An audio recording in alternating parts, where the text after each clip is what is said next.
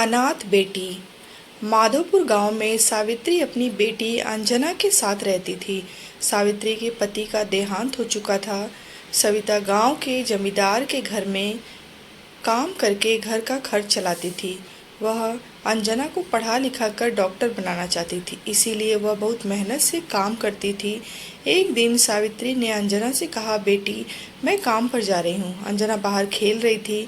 अंजना ने कहा, माँ आप आज काम पर मत जाओ, मेरे साथ घर पर रहो, आपके बिना मेरा मन नहीं लगता। सावित्री बोली, बेटी काम पर तो जाना ही पड़ेगा, नहीं तो पैसे कहाँ से आएंगे, और फिर पैसे इकट्ठे कर तुझे पढ़ाना है। जब तू पढ़ लिख कर डॉक्टर बन जाएगी तो मैं घर पर रहा करूँगी। यह कहकर सावित्री काम पर चली गई। अंजना खेल में लग गई। दोपहर के समय अंजना घर पे सो रही थी, तभी किसी ने दरवाज़ा खटखटाया। अंजना ने दरवाज़ा खोला तो सामने पड़ोस में रहने वाले रामू काका खड़े थे। उन्होंने अंजना से कहा, बेटी तेरा कोई रिश्तेदार है जिसे तू जानती हो? अंजना ने पूछा, काका मेरे मामा मामी पास के गांव में रहते हैं, लेकिन आप क्यों पूछ रहे हैं? तब रामू काका ने बताया, बेटी तेरी माँ सफाई कर रही थी और गिर गई, अब वह हमारे बीच नहीं रही। यह सुन अंजना के होश उड़ गए, वह रोने लगी। रामू काका ने बड़ी मुश्किल से उसे चुप कराकर उसके मामा का पता पूछकर एक गांव के एक आदमी को उन्हें खबर देने से भेजा। सावित्री ने भाई रमेश ने आकर सावित्री का अंतिम संस्कार किया। उस पत्नी ने अंजना को संभाला। अगले दिन रामू काका और गांव के जमींदार अंजना के घर आए। उन्होंने रमेश से बात की। जमींदार ने कहा, रमेश ये बच्ची अब अनाथ हो गई है, इसकी देखभाल आपको करनी होगी। सावित्री का देहांत मेरे घर में काम करने से हुआ है, इसीलिए मैं इस बच्ची के पालन पोषण के लिए 1 लाख रुपया दे रहा हूँ, आप इसका अच्छे से पालन पोषण करना। यह कहकर जमींदार रुपए रमेश को दे दिए। रमेश ने कहा, मैं इसका अच्छे से पालन पोषण करूँगा, आप चिंता ना करें। अगले दिन रमेश अपनी पत्नी कुसुम और अंजना को लेकर अपने घर आ गया, लेकिन अंजना का वहाँ मन नहीं लग रहा था। वह अपनी माँ की याद आ रही थी। वह दिन रात रोती रहती। एक दिन कुसुम ने कहा, अंजना जो होना था सो हो गया, अब उसे भूल जाओ और घर में काम में मेरी मदद करो। अंजना ने कुछ नहीं कहा, वह चुपचाप मामी के साथ हाथ बटाने लगी। एक दिन अंजना अपने मामा से कहा, मामा मैं स्कूल कब जाऊंगी, मैं पढ़ना चाहती हूँ। माँ मुझे डॉक्टर बनाना चाहती थी।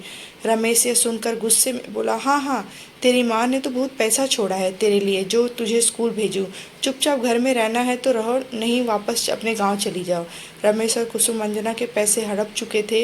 वे अंजना से पीछा छुड़ाना चाहते थे। कुसुम अंजना के सारे घर का काम करवाती और उसे ठीक से खाना भी नहीं देती। अंजना मामा मामी के अत्याचारों से बहुत दुखी हो गई थी। वह अकेले में रोती रहती। वह अब मामा के घर नहीं रहना चाहती थी। एक दिन वह घर छोड़कर चली गई। वह अपने गांव जाना चाहती थी, लेकिन वह चलते चलते शहर में पहुंच गई। उसे कुछ समझ नहीं आ रहा था कहाँ जाए, क्या करे। उसे बहुत भूख लग रही थी। अंजना सड़क के किनारे बैठकर रोने लगी। तभी उसके पास एक बुढ़िया माई आई। उन्होंने अंजना से पूछा। अंजना ने रोते हुए सारी बात बता दी। तब बुढ़िया माई ने कहा, मैं भीख मांगकर गुजारा करती हूँ, तू भी मेरे साथ भीख मांग, और पास में ही मेरी छोटी सी झोपड़ी है, वहीं रह लेना। अगले दिन से अंजना बूढ़ी माई के साथ भीख मांगने लगी। उसे यह काम पसंद नहीं था, लेकिन मजबूरी में करना पड़ता था। एक दिन वह भीख मांगते मांगते एक अस्पताल पहुंच गई। वह अस्पताल के अंदर चली गई। वहां उसे एक डॉक्टर मिले। डॉक्टर ने उनसे पूछा, बेटी तुम्हें क्या परेशानी है? तब अंजना ने कहा, डॉक्टर मैं वो बिल्कुल ठीक हूँ, मुझे आपके जैसे डॉक्टर बनना है, मुझे डॉक्टर बना दीजिए। यह सुनकर डॉक्टर ने पूछा, बेटी तुम कौन हो और डॉक्टर क्या बनना चाहती हो? अंजना ने सारी बात उन्हें बता दी। उसकी बात सुनकर डॉक्टर उसे अपने घर ले गए। उन्होंने अपनी पत्नी से अंजना के बारे में बात की। उनकी पत्नी ने कोई संतान नहीं थी।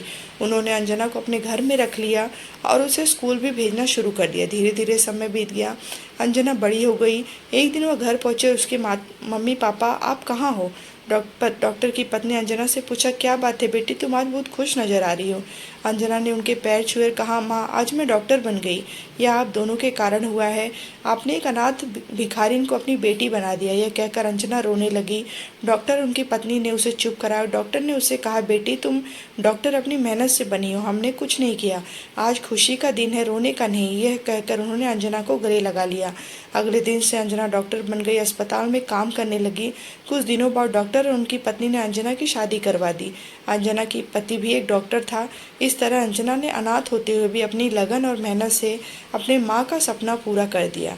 शिक्षा, मेहनत और लगन यदि सच्ची हो तो ईश्वर किसी न किसी रूप में मदद करने के आ ही जाते हैं। कहानी अच्छी लगी हो तो लाइक करें, शेयर करें।